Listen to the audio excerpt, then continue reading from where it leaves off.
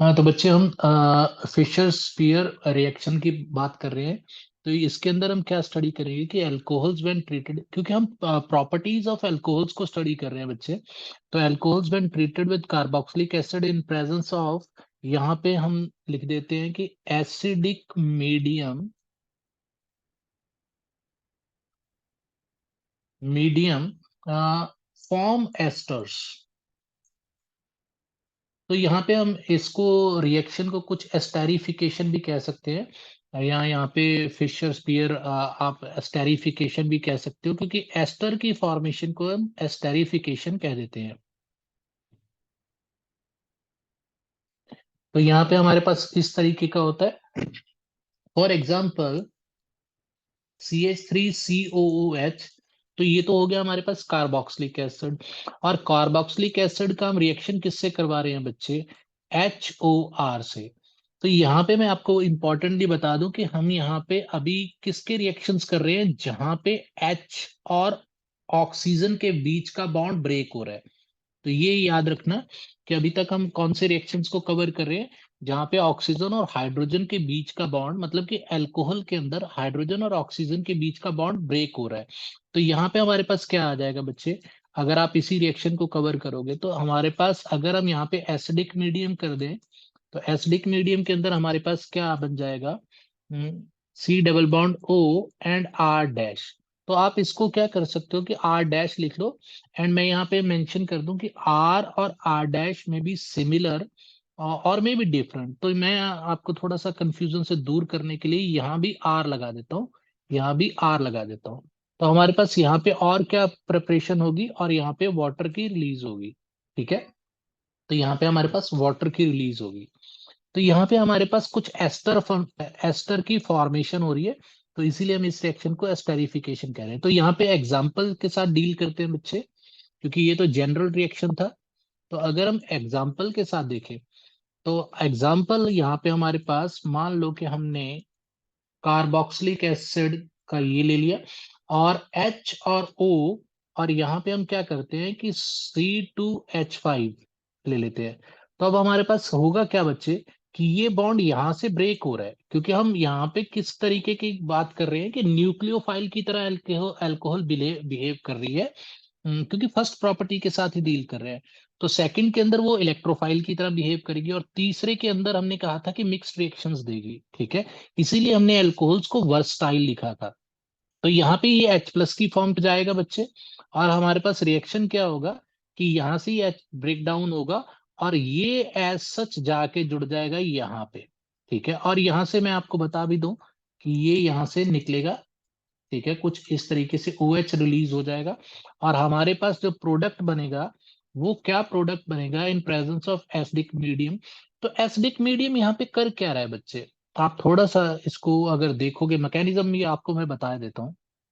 तो acidic medium किस तरीके से एक्ट करेगा, वो OH जो एक वीक लीविंग ग्रुप है, उसको स्ट्रॉन्ग लीविंग ग्रुप बना रहा है। तो किस तरीके से हम यहाँ पे देख सकते हैं, तो हमारे पास प्रोडक्ट की फॉर्मेशन हो गई है यहाँ पे, O एंड C2H5 यहाँ पे आ गया। तो इसको हम क्या लिख सकते हैं? Ethyl ethanoate, ethyl ethanoate. ठीक है, तो ये जो हमारे पास नेगेटिव जो होता है, इसको हम इथेनोएट कह देते हैं, क्योंकि इसके अंदर हमारे पास क्या है कि दो कार्बन एटम्स है। ठीक है, इथेनोएट। तो ये होगा इथेनोएट। ठीक है, तो इसके साथ हमारे पास इथाइल ग्रुप लगा था, तो इथाइल इथेनोएट हो गया। तो अगर आप इसके प्रोसेस की थोड़ी सी, अगर इसके मैकेनिज्म की तरफ फोकस करें, तो हमारे पास यहाँ पे क्या हो रहा है कि आप इसके मैकेनिज्म, और OH यहाँ पे एक बहुत ही वीक लिविंग ग्रुप है, वीक लिविंग ग्रुप है। तो इसलिए इसको स्ट्रॉन्ग बनाने के लिए हम क्या करेंगे, क्योंकि ऑक्सीजन के पास यहाँ पे दो लोन पेयर्स प्रेजेंट है, तो यहाँ पे हम इसकी एसिडिफिकेशन करेंगे।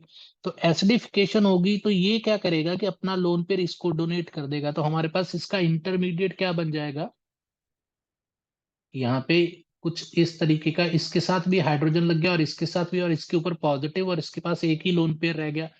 तो अब ये अगर पॉजिटिव हो गया बच्चे, तो ये अब ये क्या हो गया, ये स्ट्रॉन्ग लिविंग ग्रुप बन गया। तो ये स्ट्रॉन्ग लिविंग ग्रुप है, तो ये यहां से क्या करेगा, इसको अपने साथ ले लेगा। ठीक है, ये इलेक्ट्रॉन पेयर्स को ठीक है। तो यहाँ पे इंडक्टिव इफेक्ट क्या हो रहा है, ऑक्सीजन की तरफ मूव हो रहा है, मतलब इसको आप नेगेटिव इंडक्टिव इफेक्ट भी कह देते हो। अगर कार्बन की तरफ मूव हो रहा है बच्चे इंडक्टिव इफेक्ट, इलेक्ट्रॉन की डेंसिटी बढ़ रही है, तो उसको हम पॉजिटिव इंडक्टिव इफेक्ट कह रहे हैं। और कार्बन के अगेंस्ट जा रहा है तो उसको हम नेगेटिव इंडक्टिव इफेक्ट कहते हैं। तो यहाँ पे हमारे पास क्या होगी, कार्बोकेटायन की फॉर्मेशन होगी। तो ऐसे कार्बोकेटायन की फॉर्मेशन नहीं होगी, ये तो अभी हमने लीविंग ग्रुप बनाया था। यहाँ पे क्या होगा कि टेम्परेरी इलेक्ट्रोमरिक इफेक्ट भी होगा, जिससे यहाँ पे पॉजिटिव चार्ज आए, क्योंकि लिविंग ग्रुप यहाँ से छोड़ेगा नहीं जब तक क्या होगा कि हमारे पास जो C2H5O नेगेटिव था, ये जाके यहाँ पे नहीं जुड़ेगा। जैसे ये जुड़ेगा तब जाके ये यहाँ से हो जाएगा। तो मैं एक इंटरमीडिएट यहाँ पे और बना देता हूँ ताकि आप थोड़ा इसको समझ सको। क्योंकि लीविंग ग्रुप एकदम नहीं छोड़ के जाएगा कि कार्बन के साथ डबल बॉन्ड हो और साथ में एल्काइल ग्रुप हो। तो यहाँ पे किस तरीके की कंडीशन आ जाएगी, हम यहाँ पे देख सकते हैं कि यहाँ पे हमारे पास O एंड H है, जिसके पास एक लोन पेयर प्रेजेंट है और इसके ऊपर पॉजिटिव है, ये हाईली स्ट्रॉन्ग लिविंग ग्रुप है। और इसके साथ हमारे पास C2H5 जुड़ गया।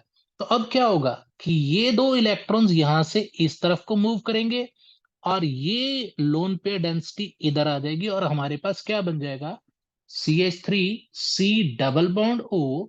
और ये तो यहां से निकल गया, ये तो यहां से निकल गया, लेफ्ट कर गया। तो हमारे पास यहाँ पे क्या आ जाएगा, OC2H5। तो इस तरीके से हमारे पास इथाइल इथेनोएट की फॉर्मेशन हो जाएगी। ठीक है बच्चे।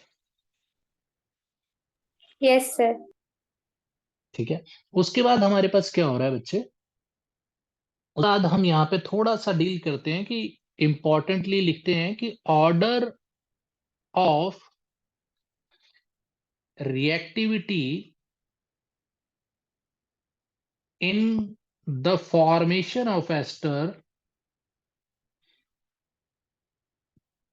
एस्टर क्या होगा, CH3OH, जो कि जिसके पास कोई भी एल्काइल ग्रुप नहीं प्रेजेंट है, इंडक्टिव इफेक्ट नहीं हो रहा, सबसे पहले ये देगा। फिर हमारे पास क्या आ जाएगा, फिर प्राइमरी एल्कोहल्स आ जाएंगी। ठीक है। फिर हमारे पास सेकेंडरी एल्कोहल्स आ जाएंगी। ठीक है। और लीस्ट में देंगी टर्शरी एल्कोहल्स। ठीक है। लीस्ट में देंगी रिएक्शन टर्शरी एल्कोहल। तो ये आप क्या कह सकते हो कि order of reactivity of alcohols. तो ये भी नोट कर लेना बच्चे। फिर हमारे पास दूसरी तरफ होता है, एक इंपॉर्टेंट पॉइंट है कि कौन से कार्बोक्सिलिक एसिड ये रिएक्शन जल्दी देंगे, क्योंकि यहाँ तो हम किसके साथ डील कर रहे हैं, कि इंडक्टिव इफेक्ट के साथ डील कर रहे हैं। तो यहाँ पे हमारे पास हम order of reactivity of carboxylic acid भी लिख लेते हैं। तो आप कार्बोक्सिलिक एसिड को कुछ इस तरीके से मत समझना, क्योंकि अगर उसके पास कोई भी अल्काइल ग्रुप नहीं है तो उसको हम फॉर्मिक एसिड कहते हैं। फॉर एग्जांपल, हमारे पास अगर, अच्छा मेरी आवाज सुन रही है आपको, यस सर। ओके। तो हमारे पास क्या हो गया बच्चे, HC double bond O H OH। तो ये हो गया हमारे पास फॉर्मिक एसिड। ठीक है, ये हमारे पास हो जाएगा फॉर्मिक एसिड, ये सबसे छोटा कार्बोक्सिलिक एसिड होता है, ये सबसे पहले रिएक्शन देगा। दूसरी तरफ देगा CH3 C double bond O and OH, ये उसके बाद रिएक्शन देगा। और उसके बाद क्या होगा कि अगर मैं CH लगा दूं और इसके साथ CH3 दूं, और ये कुछ इस तरीके से मैंने अल्काइल ग्रुप्स को बढ़ाता जा रहा हूं। ठीक है। उसके बाद हमारे पास लीस्ट रिएक्शन जो देगा, अगर कार्बन के साथ तीनों तरफ कार्बोक्सिलिक एसिड जुड़े हुए हैं, मतलब कि अल्काइल ग्रुप्स जुड़े हुए हैं, तो ये सबसे लीस्ट में रिएक्शन देगा। तो आप इसको क्या कह सकते हो बच्चे, क्योंकि ये हमारे पास फॉर्मिक एसिड होता है, फॉर्मिक एसिड। तो इसका नेम तो हो जाएगा, ये हो गया एसिटिक एसिड, इसका नेम भी हो जाएगा आपको। ठीक है। लेकिन इसका नाम क्या होगा बच्चे, इसका नाम होगा 2 methyl propanoic acid. 2 methyl propanoic acid. क्योंकि आप देखो यहाँ पे हमारे पास लॉन्गेस्ट कार्बन चेन क्या है, कि चाहे आप इस कार्बन को और इस कार्बन को इंक्लूड कर लो, चाहे आप इसको जो नीचे लिखा हुआ है एल्काइल ग्रुप उसकी कार्बन चेन को बीच में इंक्लूड करना चाहते हो, तो हमारे पास सेकंड पोजीशन पे मिथाइल ग्रुप लगा हुआ है और प्रोपेनोइक एसिड बन रहा है, मतलब कि हमारे पास कार्बन की जो चेन है वो 3 कार्बन एटम्स की है, ठीक है। और यहाँ पे हमारे पास क्या है बच्चे, यहाँ भी हमारे पास कार्बन चेन देखो आप, चाहे आप इसको इसको और इसको देखोगे तो नाम तो प्रोपेनोइक एसिड होगा, लेकिन सेकंड पोजीशन के ऊपर 2 मिथाइल ग्रुप है, तो इसीलिए मैं कह रहा हूं कि यहाँ पे, क्योंकि बुक के अंदर क्या होगा, मैं इनके नेम लिख दूं पहले, 2 डाई मिथाइल प्रोपेनोइक एसिड। तो मैं इनके नेम क्यों लिख रहा हूं बच्चे, क्योंकि अगर आप देखो कि बुक के अंदर हमें किस तरीके से कंफ्यूज किया जाता है, अगर हमें स्ट्रक्चर्स का नहीं पता है, तो स्ट्रक्चर्स का नहीं पता है तो इसको किस तरीके से लिख देते हैं, HCOOH, ठीक है। इसके बाद क्या आ जाता है, CH3COOH। तो हम यहाँ पे कंफ्यूज हो जाते हैं, तो इसको लिखने में वो क्या कर देते हैं कि CH3, क्योंकि 2 लगे हुए हैं, और बाद में क्या लिखते हैं, CHCOOH। तो इसमें हम कंफ्यूज हो जाते हैं, ये अब 3 है, ठीक है, और यहाँ पे क्या लिखा होगा, COOH। तो यहाँ पे आप कंफ्यूज हो जाओगे, तो ये क्या है, ये नेम है, और ये क्या है, ये मॉलिक्यूल है, और ये क्या है, ये वाला, और ये क्या है, ये फर्स्ट वाला। तो आप इनके साथ इनको रिलेट करके देख सकते हो, तो आपको थोड़ा इजी हो जाएगा यहाँ पे, ठीक है। क्योंकि जैसे ही आप स्ट्रक्चर्स की फॉर्मेशन कर लोगे तो आपके लिए थोड़ा इजी हो जाएगा, स्ट्रक्चर्स को समझना, उनके रिएक्शंस को समझना बड़ा इजी हो जाएगा आपके लिए, ठीक है। यहाँ तक समझ आ रहा है बच्चे? Yes sir. ओके। तो नेक्स्ट जो रिएक्शंस आते हैं बच्चे, दोज आर रिएक्शन विद, यहाँ पे हम लिख लेते हैं, reaction with Grignard reagents.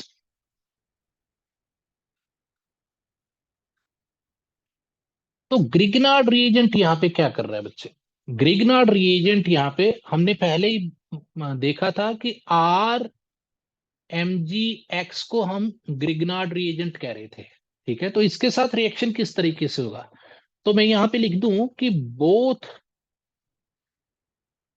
Alcohols and phenols.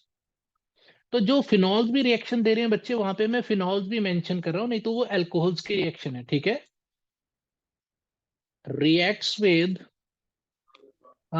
Grignard reagent, reagent to form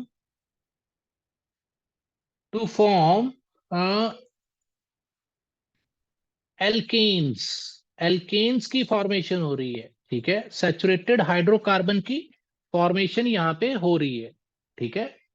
इस चीज को आप अंडरस्टैंड करना कि ये एल्केन की फॉर्मेशन कर रहे हैं फ्रॉम एल्काइल ग्रुप ऑफ,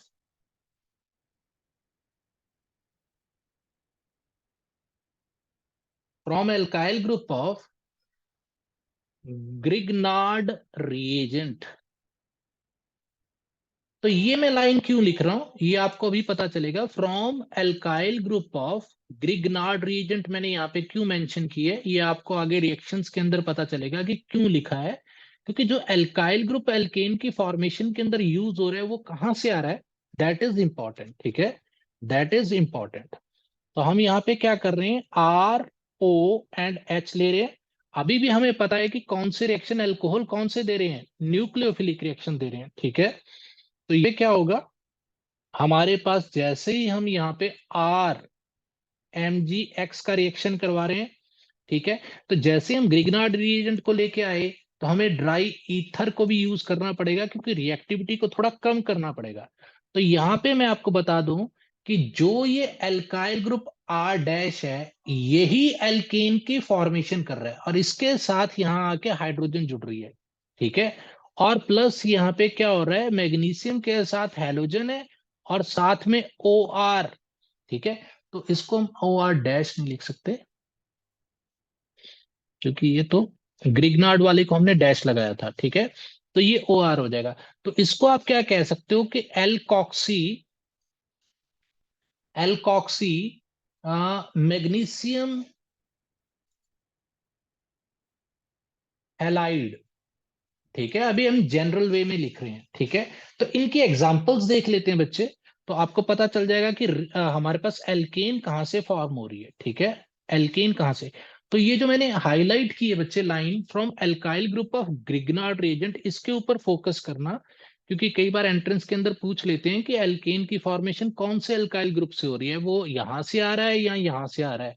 तो आपको पता चल गया कि यहाँ पे आर डैश लगा हुआ है, तो ये ग्रिग्नार्ड रिएजेंट से आ रहा है। ठीक है, तो अब जैसे ही हम यहाँ पे करेंगे रिएक्शन, मान लो कि मैं यहाँ पे इथेनॉल ले रहा हूँ। ठीक है, और इसका रिएक्शन मैं क्या कर रहा हूँ, CH3 Mg Br से ले रहा हूं। तो अब मुझे पता है बच्चे, अब मुझे पता है कि अगर रिएक्शन होगा, तो आपसे अगर फिल इन द ब्लैंक्स के अंदर ये क्वेश्चन पूछ लें, तो फिल इन द ब्लैंक्स के अंदर अगर मैं मान लो कि यहाँ पे ड्राई ईथर लिख के छोड़ देता हूं, तो आपको पूछा जाए कि कौन सी एल्केन की फॉर्मेशन होगी, तो आपको पता है कि एल्काइल ग्रुप जो कि यहाँ पे CH3 है, तो इसके साथ जैसे हाइड्रोजन जुड़ेगी तो यहाँ पे मीथेन की फॉर्मेशन होगी। तो आप यहाँ पे लिख सकते हो CH4। ठीक है, ये बहुत इंपॉर्टेंट है बच्चे। ठीक है, यहाँ पे हमें मीथेन मिल रही है। तो मीथेन के साथ क्या होगा कि हमारे पास मैग्नीशियम के साथ ब्रोमाइड भी जुड़ा था और ऑक्सीजन के साथ C2H5 जुड़ गया। तो इसको आप क्या कह सकते हो बच्चे, इथॉक्सी। ठीक है, उसके बाद मैग्नीशियम को मेंशन करो, मैग्नीशियम। ठीक है, फिर आप ब्रोमाइड को लिख दो, ब्रोमाइड। तो ethoxy magnesium bromide, ethoxy magnesium bromide.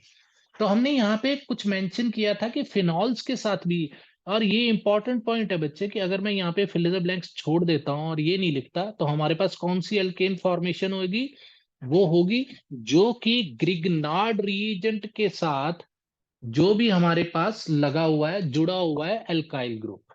ठीक है बच्चे, यहाँ तक समझ आ रहा है। एक फिनॉल की भी एग्जांपल, यहाँ तक समझ आ रहा है बच्चे। Yes sir. ओके, फिर हम यहाँ पे क्या करते हैं कि फिनॉल के भी वैसे ये रिएक्शंस इसके अंदर इंक्लूड करने की जरूरत नहीं है, क्योंकि हम केमिकल प्रॉपर्टीज ऑफ फिनॉल्स को अलग स्टडी करेंगे। ठीक है, लेकिन अब जो सिमिलर रिएक्शंस थे उनको मैं यहाँ पे लिख रहा हूँ। यहाँ पे हमारे पास क्या, हमने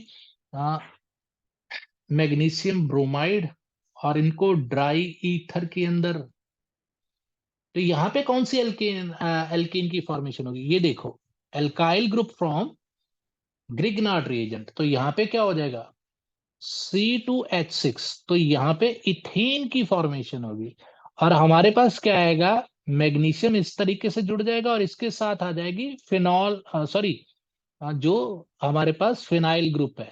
ठीक है, और यहाँ पे ब्रोमाइड आ जाएगा। तो इसको आप लिख दोगे फिनॉक्सी मैग्नीशियम ब्रोमाइड। ठीक है बच्चे, यहां तक समझ आ रहा है। फिर नेक्स्ट टाइप के रिएक्शंस को कवर करते हैं। ठीक है, आगे बढ़े बच्चे। Yes sir. ओके, तो जो हमने लास्ट टाइप के रिएक्शंस किए थे ग्रिग्नार्ड रिएजेंट के, these are of fourth type. तो ये फोर्थ टाइप के रिएक्शंस थे। तो अब हम फिफ्थ टाइप पे पहुंच रहे हैं बच्चे।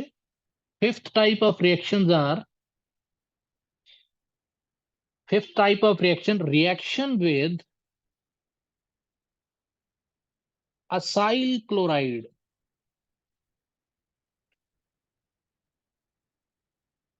Acyl chloride. ठीक है, तो यहाँ आप इसको एसिड क्लोराइड भी कह सकते हो बच्चे। ये एक तरीके का कार्बोक्सिलिक एसिड का डेरिवेटिव होता है। तो इसके अंदर हम बच्चे, एक चीज मैं आपको बता दूं कि यहाँ पे अकेला मैं यहाँ पे स्टार मार्क करता हूँ कि असाइल क्लोराइड क्या है, this is carboxylic acid derivative है ये। ठीक है, कार्बोक्सिलिक एसिड का ये डेरिवेटिव है। तो हम यहाँ पे क्या करते हैं कि असाइल क्लोराइड एंड एनहाइड्राइड भी ले लेते हैं। ठीक है, तो यहाँ पे हम दोनों के किससे करवाएंगे, मतलब कि मैं यहाँ पे आपको बता दूं कि ये हो गया हमारे पास एसाइल क्लोराइड, और यहाँ पे अगर इसके साथ कुछ इस तरीके से 2 कार्बोक्सिलिक एसिड के अंदर से मैं पानी को रिलीज करवा दूं, मतलब निकाल दूं, तो मेरे पास ये हो जाएगा एनहाइड्राइड। ये सिमिलर मैनर में रिएक्शन देंगे, ठीक है, इसलिए मैंने इनको दोनों को इकट्ठा लिख लिया। तो आपके सिलेबस के अंदर तो यही है असाइल क्लोराइड, लेकिन एनहाइड्राइड भी उसी तरीके से रिएक्शन दे रहा है, तो आप इसको भी कवर कर लो साथ में, ठीक है। फिर हम क्या करते हैं कि रिएक्शन, तो रिएक्शन किसके कर रहे हैं बच्चे, हम अल्कोहल्स के तो कर रहे हैं। तो अगर हमारे पास RCOCl है जो कि एसिड क्लोराइड है, अगर इसके पास HOR आ जाएगा तो हमें पता है बच्चे यह भी न्यूक्लियोफाइल की तरह न्यूक्लियोफिलिक रिएक्शन दे रहा है। तो bond between oxygen and hydrogen will be break break here, ठीक है। तो हमारे पास क्या होगा कि हमारे पास यहाँ पे ये लिविंग ग्रुप यहां से किसको साथ में लेगा, H+ को साथ में लेगा और निकल जाएगा, और हमारे पास किसकी फॉर्मेशन होगी, we will get ester, RC double bond O। और मैं इसको डैश लगा देता हूं बच्चे ताकि आपको समझ लग जाए, ठीक है। तो ये डैश हो गया, तो ये जनरल रिएक्शन था।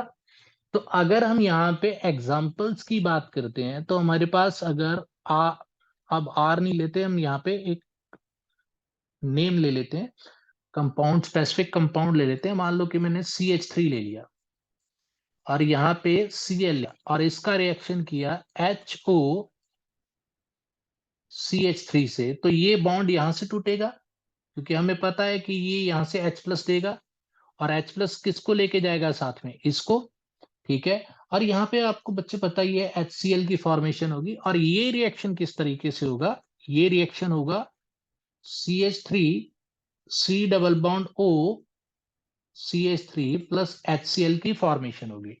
तो आप इसको क्या कह सकते हो, मिथाइल इथेनोएट,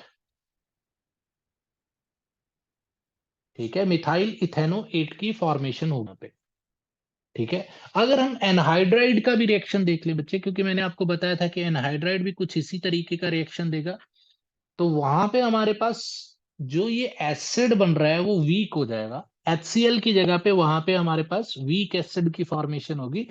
फॉर एग्जाम्पल यहाँ पे देखो आप, हाँ, एनहाइड्राइड में क्यों कह रहा हूं बच्चे, यहाँ पे मैं आपको बता ही देता हूँ।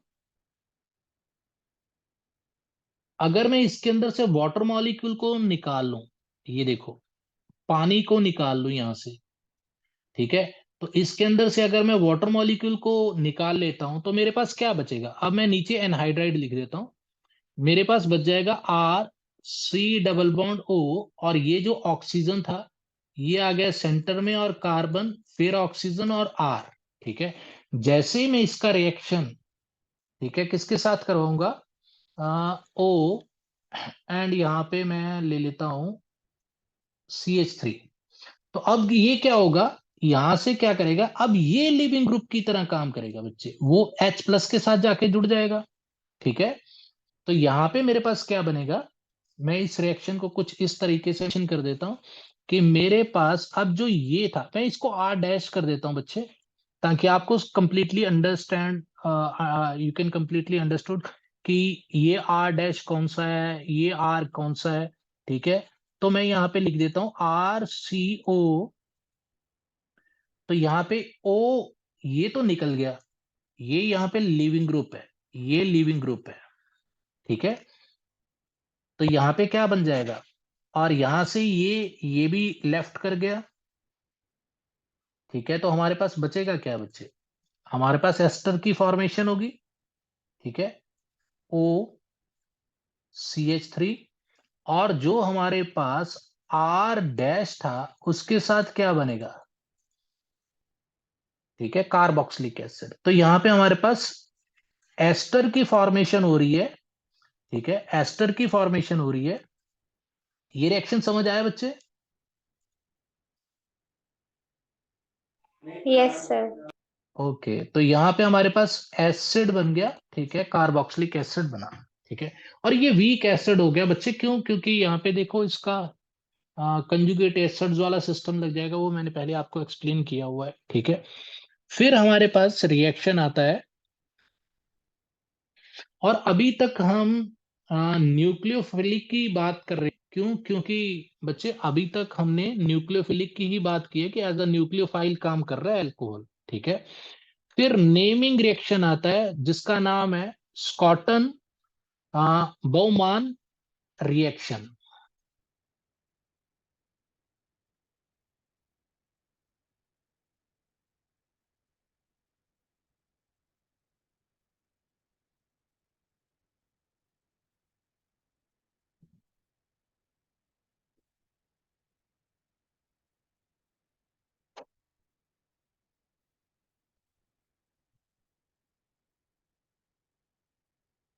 फिर भी एक बार स्पेलिंग चेक कर लेना बच्चे। ठीक है।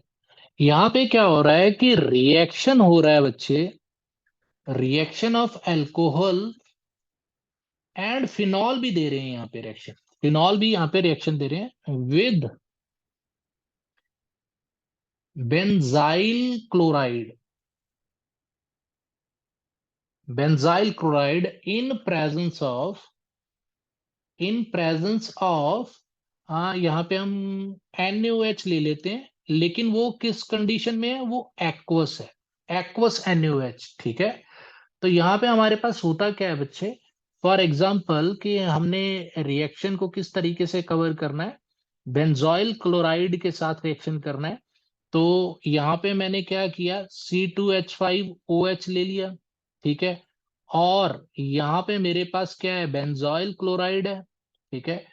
तो बेंजोइल क्लोराइड का मतलब क्या है कि मेरे पास यहाँ पे Cl जुड़ा हुआ है। ठीक है। तो इसी को हम बेंजोइल क्लोराइड कहते हैं। ठीक है। जैसे हम एसिड क्लोराइड कह रहे थे उसी तरीके से बेंजोइल क्लोराइड है। ठीक है। तो हमारे पास होगा क्या बच्चे कि जो इसके अंदर से हमें पता था, इसके अंदर से तो हमें सिर्फ और सिर्फ H+ मिलेगा। ठीक है। क्योंकि हम यहाँ पे देख रहे थे। और यहां से हमें क्या निकल रहा है, यहां से ये क्लोरीन निकल रहा है। तो यहाँ पे फिर एसिड की फॉर्मेशन होगी और रिएक्शन के अंदर क्या बनेगा हमारे पास, C2H5O, C double bond O, और यहां पे हमारे पास फिनाइल ग्रुप लग जाएगा। ठीक है। तो इसको आप क्या कह सकते हो बच्चे, इथाइल। ये देखो इथाइल ग्रुप जुड़ा हुआ है और ये बेंजोएट है। अगर यहाँ पे R होता तो इसको हम इथेनोएट कहते। तो यहाँ पे क्या हो जाएगा, ये बेंजोएट,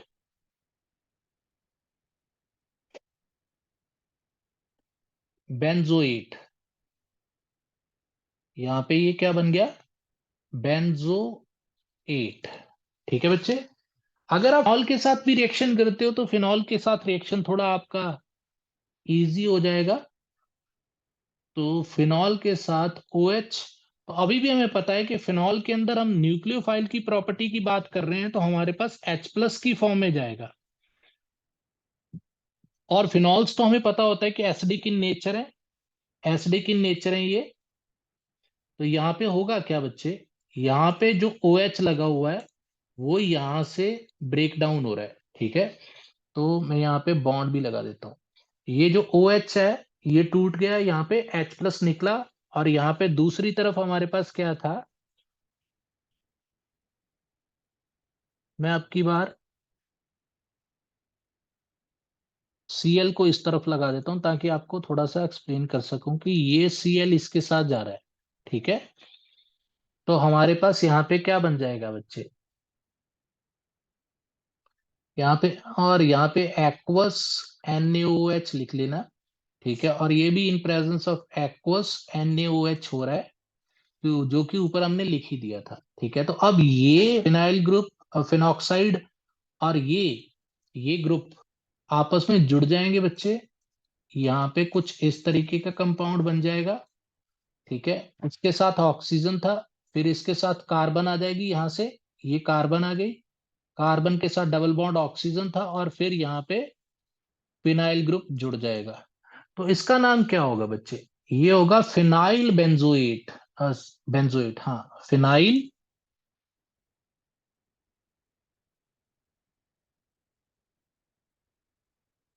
फिनाइल बेंजोएट। तो ये फिनाइल बेंजोएट बन जाएगा। ठीक है बच्चे, यहां तक समझ आ रहा है? Yes, sir. ठीक है।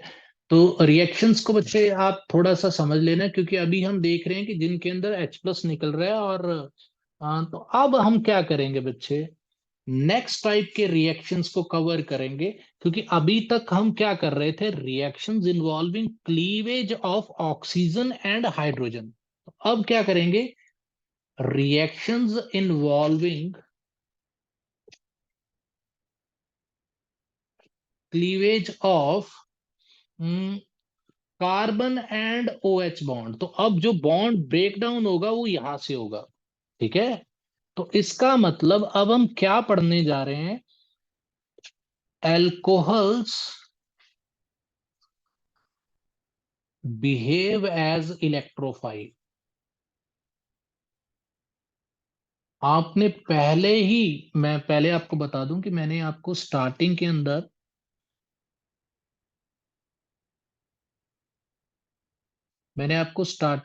ही कवर करवाया था कि हमारे पास जो ये तीन प्रोसेसेस हैं बच्चे, ये तीन प्रोसेसेस हैं, ये इनके ऊपर थोड़ा फोकस करो।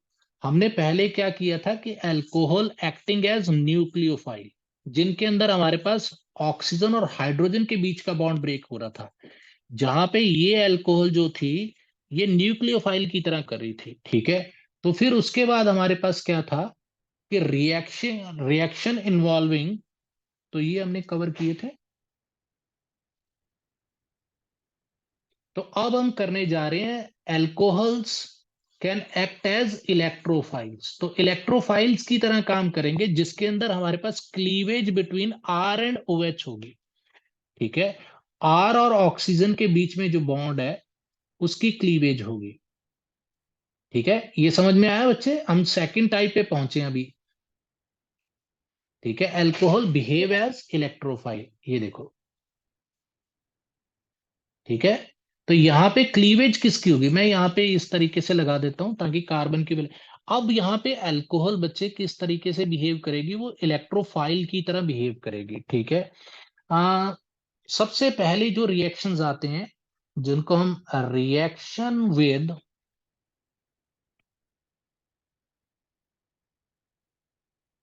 हैलोजन एसिड्स, और ये हमने पहले भी स्टडी किए हुए हैं बच्चे, किसके अंदर, ग्रूव्स प्रोसेस के अंदर। तो मैंने आपको पहले बताया था कि अगर आपने हेलो एल्कीन्स और हेलो अरीन्स को कंप्लीटली स्टडी किया हुआ है, तो आपको रिएक्शन ऐसा लगेंगे कि रिपीट हो रहे हैं, रिएक्शन विद हेलोजन एसिड्स। तो हमारे पास हो क्या रहा है बच्चे, ROH, अब OH एक साथ टूटेंगे, ठीक है। तो ब्रेकेज कहां से होगी, अब क्लीवेज होगी यहां से, ठीक है। ये इंपॉर्टेंट पॉइंट है। तो अब यहां से OH निकलेगा, जैसे ही आपने इसके अंदर HX डाला, ठीक है, हमारे पास क्या बन रहा है, RX, देखो ये OH निकल गया यहां से, ठीक है। और यहाँ पे हमारे पास क्या बन गया, वाटर की फॉर्मेशन होगी। तो ये H यहां से और ये OH मिलके क्या करेंगे कि वाटर की फॉर्मेशन कर देंगे, ठीक है। ये ग्रूव्स प्रोसेस के अंदर हमने किया हुआ है, ठीक है। यहाँ पे और कुछ मेंशन कर लेते, primary and secondary alcohols due to, ये हमने पहले भी स्टडी किया हुआ है बच्चे, मैं आपको पहले बता दूं, लो रिएक्टिविटी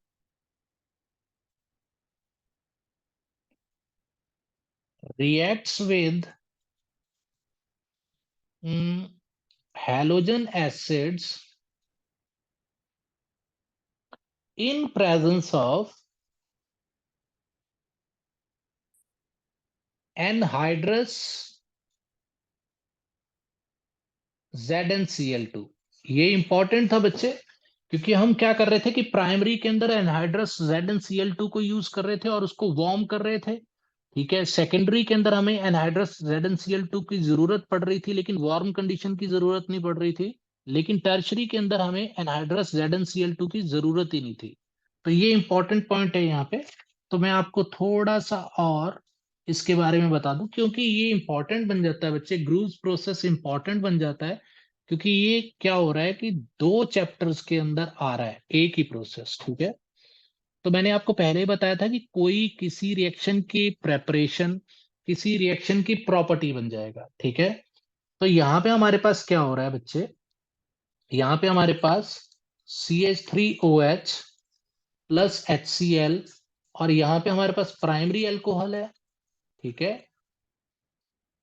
तो ये क्या करेगी, हम यहाँ पे वार्म भी रखेंगे कंडीशंस को, warm condition and anhydrous ZnCl2 को भी यूज करेंगे, ZnCl2 को भी यूज करेंगे। तो हमारे पास यहाँ पे क्या बन जाएगा, CH3Cl प्लस यहाँ पे वाटर की फॉर्मेशन हो जाएगी। तो यहाँ पे आपको पता ही है कि क्या बन गया, क्लोरोमीथेन, क्लोरोमीथेन की फॉर्मेशन होगी। ठीक है बच्चे, यहां तक समझ आ रहा है? Yes sir. ठीक है, तो एक और पॉइंट लिख लेते हैं बच्चे, क्योंकि क्लास खत्म होने वाली है। ठीक है, एक और पॉइंट यहाँ पे मेंशन कर लेते हैं। तो हमने यहाँ पे क्या बताया था कि टर्शरी सबसे पहले रिएक्शन देंगे, सेकेंडरी उससे कम, ठीक है। एंड ये जो हमारे पास रिएक्शंस हैं, ये जो रिएक्शंस हैं बच्चे, ठीक है, ये हमारे पास ऑर्डर है, ठीक है, ऑर्डर है ऑफ रिएक्टिविटी, क्योंकि हमने पहले इसको कंप्लीटली स्टडी किया हुआ है ग्रुप्स प्रोसेस को, ठीक है। Reactivity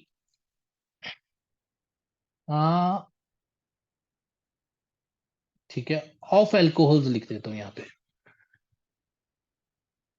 due to the due to the due to the stability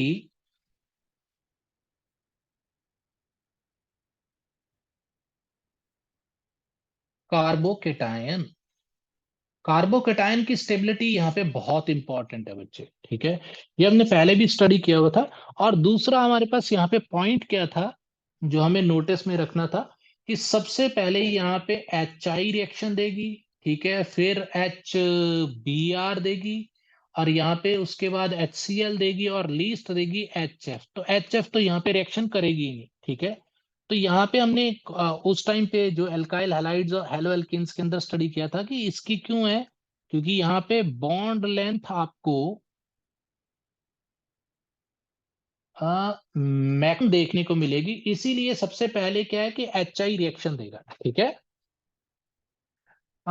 हमारे पास यहाँ पे, ओके, ठीक है, यहाँ पे फिर से हम थोड़ा सा और इसको कवर कर लेते हैं।